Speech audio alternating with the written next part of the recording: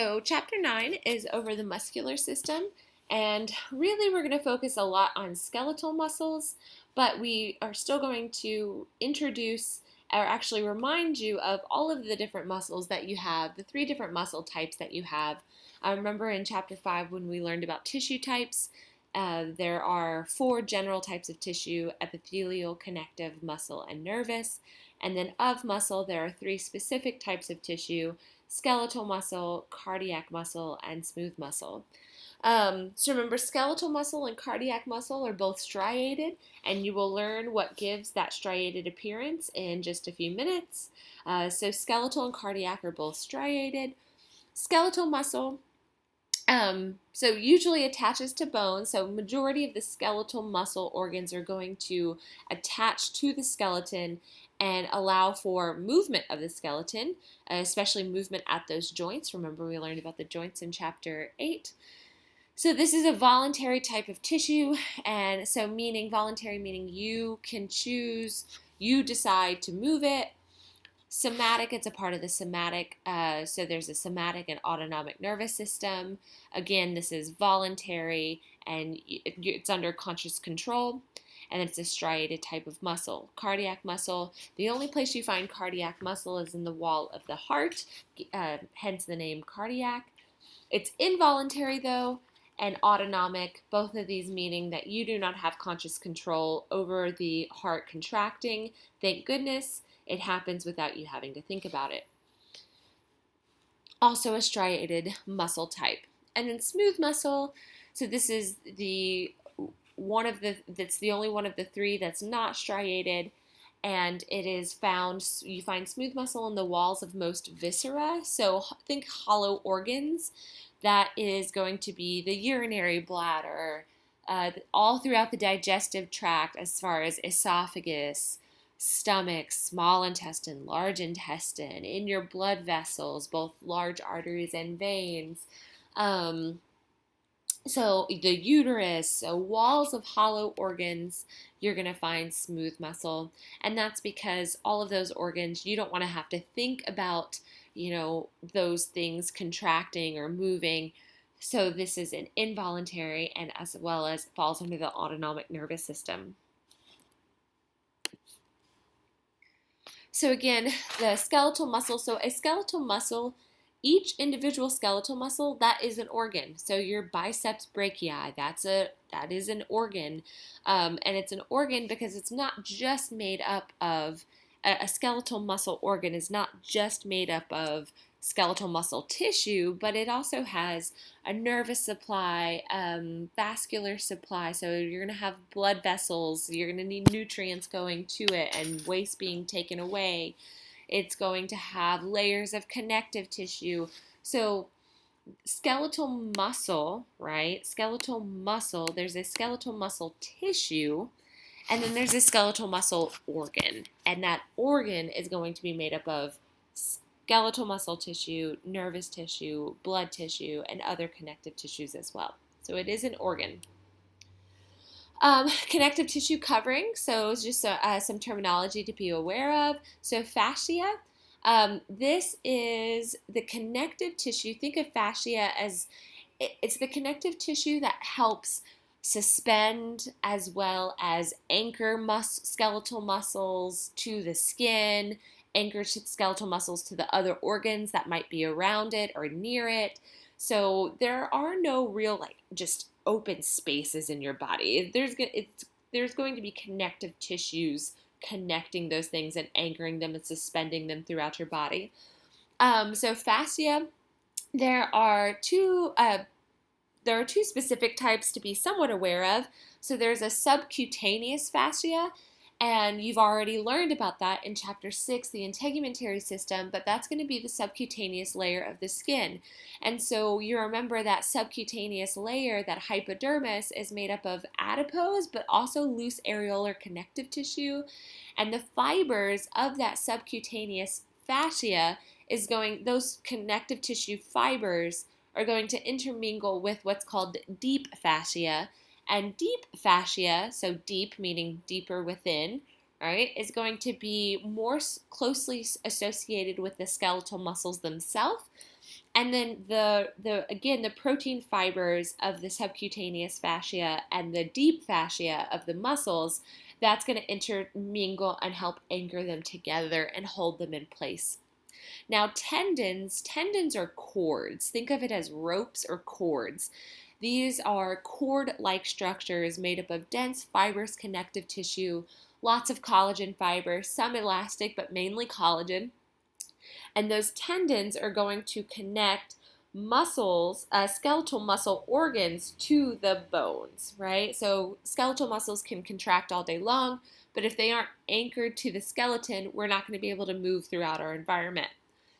So tendons, think of tendons as like cords. And aponeurosis or aponeuroses, these are sheets. So instead of being bundles or cords like the tendons, right? Instead of being bundles or cords, aponeuroses are sheets of connective tissue, sheets. And so aponeuroses, you're going to find those on muscles that are more flat and muscles that have really wide areas of attachment. So flat muscles with wide areas of attachment, you'll find aponeuroses. So for example, over the rectus abdominis muscles right here, you'll see a sheet-like tendon, right? So it's still, think of it as a tendon, but it's a flat tendon, flat, and it connects flat muscles with large areas of attachment. So this is an aponeurosis. You find that over the rectus abdominis.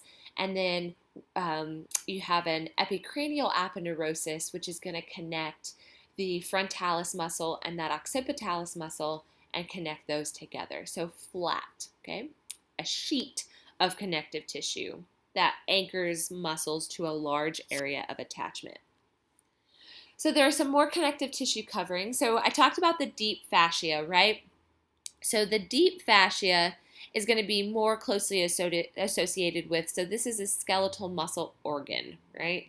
So deep fascia.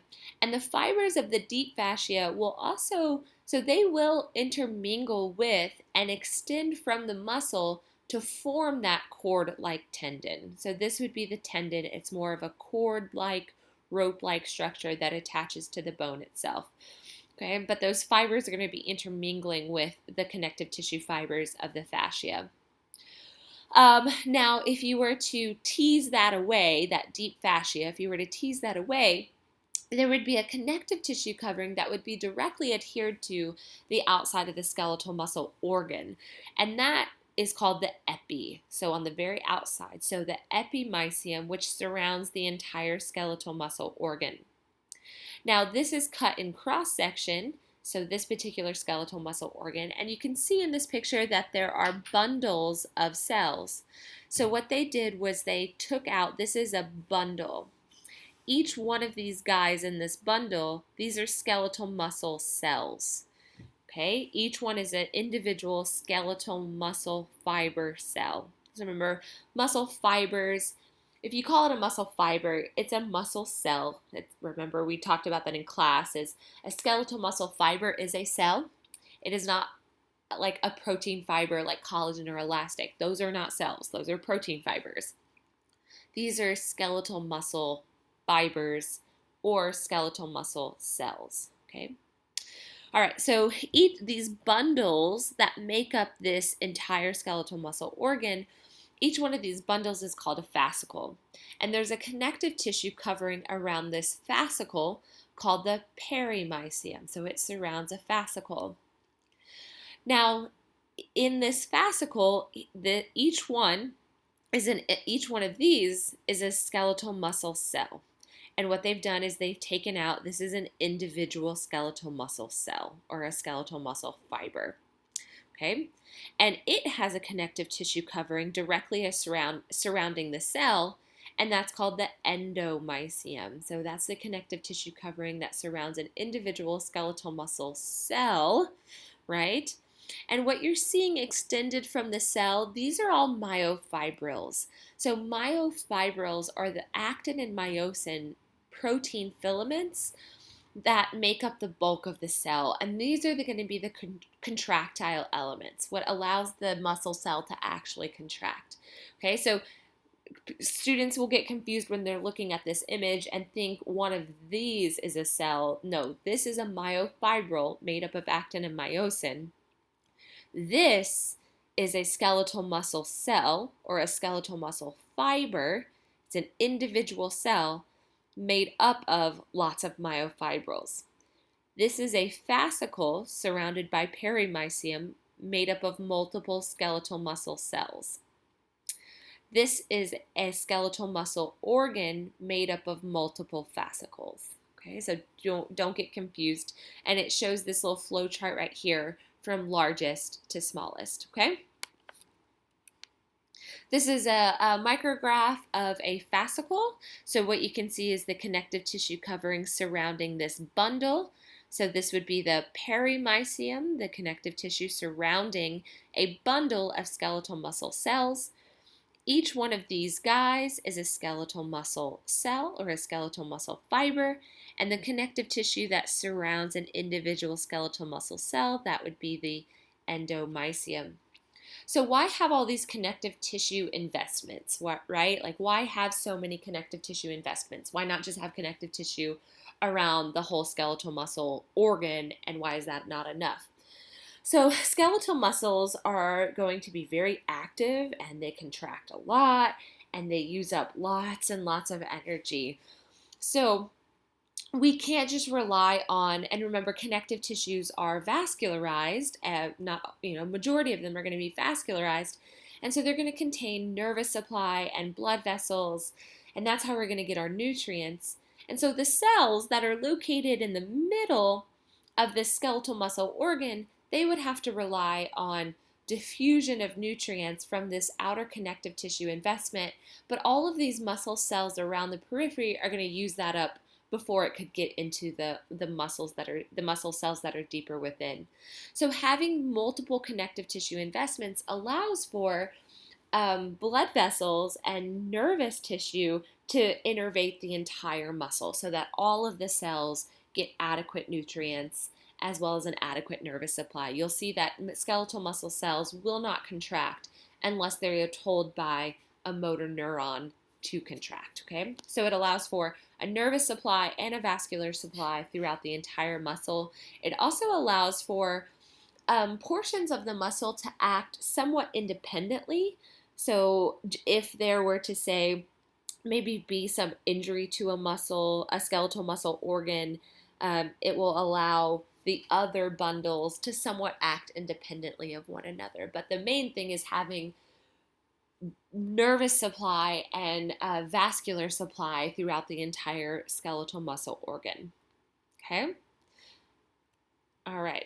So skeletal muscle fibers, again, this is a skeletal muscle cell. It's called a fiber because early on in development, what's happening is you have multiple cells that are fusing together. Remember, I talked about this in chapter 5, but multiple cells fuse together to form a very elongated cell type. That's why skeletal muscle cells are multinucleated. They have multiple nuclei because they form by the fusion of multiple cells early on in embryonic development. So they're multinucleated. You see that right here. This is an individual skeletal muscle cell. This is a nucleus. This is also a nucleus. This is the same cell. So it's multinucleated.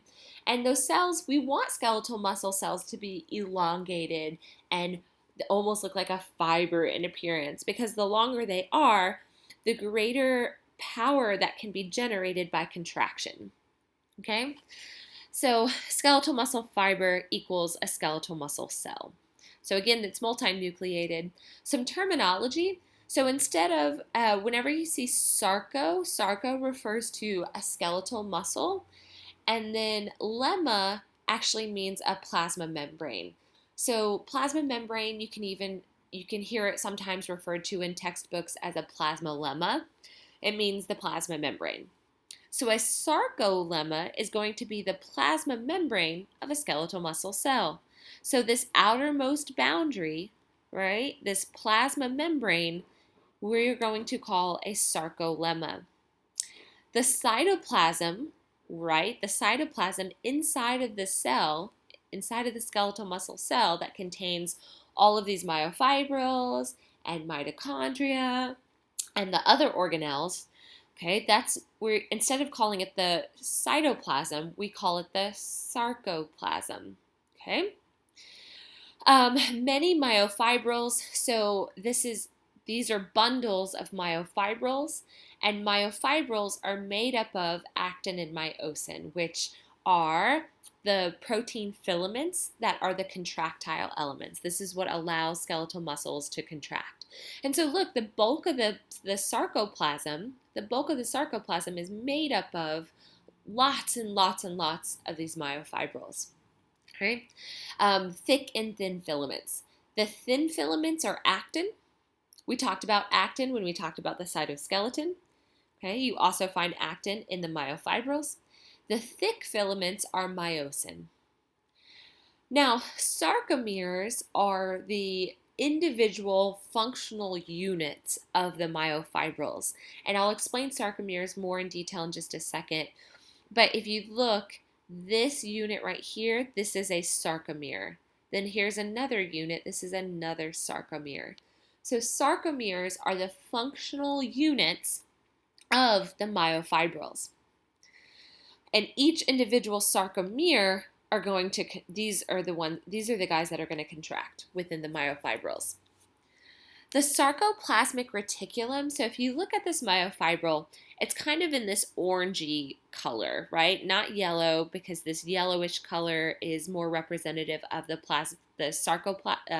sarcolemma, or the plasma membrane, okay? But surrounding and running parallel with these myofibrils, this orange stuff, this is the sarcoplasmic reticulum, or the SR. You should remember reticulum, that term when we talked about the rough endoplasmic reticulum and the smooth endoplasmic reticulum. Well, the sarcoplasmic reticulum is a specialized form of smooth endoplasmic reticulum. So it's analogous to smooth endoplasmic reticulum in other cells. But in skeletal muscle cells, we call it the sarcoplasmic reticulum. And it's specialized because it's really good at storing calcium. And you'll see why that's important in just a second. Calcium is absolutely necessary for skeletal muscle contraction, and that calcium is stored in the sarcoplasmic reticulum. So it makes sense that sarcoplasmic reticulum is so extensive, there's so much of it, and it is wrapped around all of these myofibrils, is because, well, if the myofibrils are the contractile portions of the cell, right? If they're what contracts, and calcium is stored in the sarcoplasmic reticulum, but these guys won't contract unless calcium is available, it makes sense that the sarcoplasmic reticulum is going to be surrounded and be so extensive around the myofibrils, because the sarcoplasmic reticulum stores calcium and the myofibrils absolutely need calcium for contraction. Transverse T tubules, so a T tubule, if you look, so the yellow stuff, okay, so the orange stuff is the sarcoplasmic reticulum, and there's these yellow tubules that also extend down, and if you look, they have these little extensions, and if you look right here, these yellow extensions lead out to the sarcolemma. So these T tubules, the yellow stuff, the T tubules are actually invaginations of the plasma membrane, okay? So the sarcolemma, this plasma membrane, invaginates down and wraps around the myofibrils, and you'll see why in a second. It's because when a motor neuron stimulates a skeletal muscle cell, we are going to need an action potential or a bioelectric signal to be sent down the plasma membrane, the sarcolemma, and signal to the sarcoplasmic reticulum to release calcium. Okay, so these invaginations of the plasma membrane are called T tubules. Now, what a triad is, so this term triad. If you look right here, you have a T tubule, which is this yellow stuff. Again, T tubules are invaginations of the sarcolemma, the plasma membrane, right? And then on each side of the T tubule, you see this enlarged orange stuff, right? Remember, the orange stuff is the sarcoplasmic reticulum. So together, a T tubule and two enlarged regions of the sarcoplasmic reticulum, which are called cisternae, okay? So T tubule in the middle, sandwiched between two cisternae, which are enlarged portions of the sarcoplasmic reticulum. Together, that is a triad. And it makes sense that the T tubule is going to be sandwiched in between the cisternae of the sarcoplasmic reticulum is because a motor neuron is going to stimulate an action potential on the sarcolemma.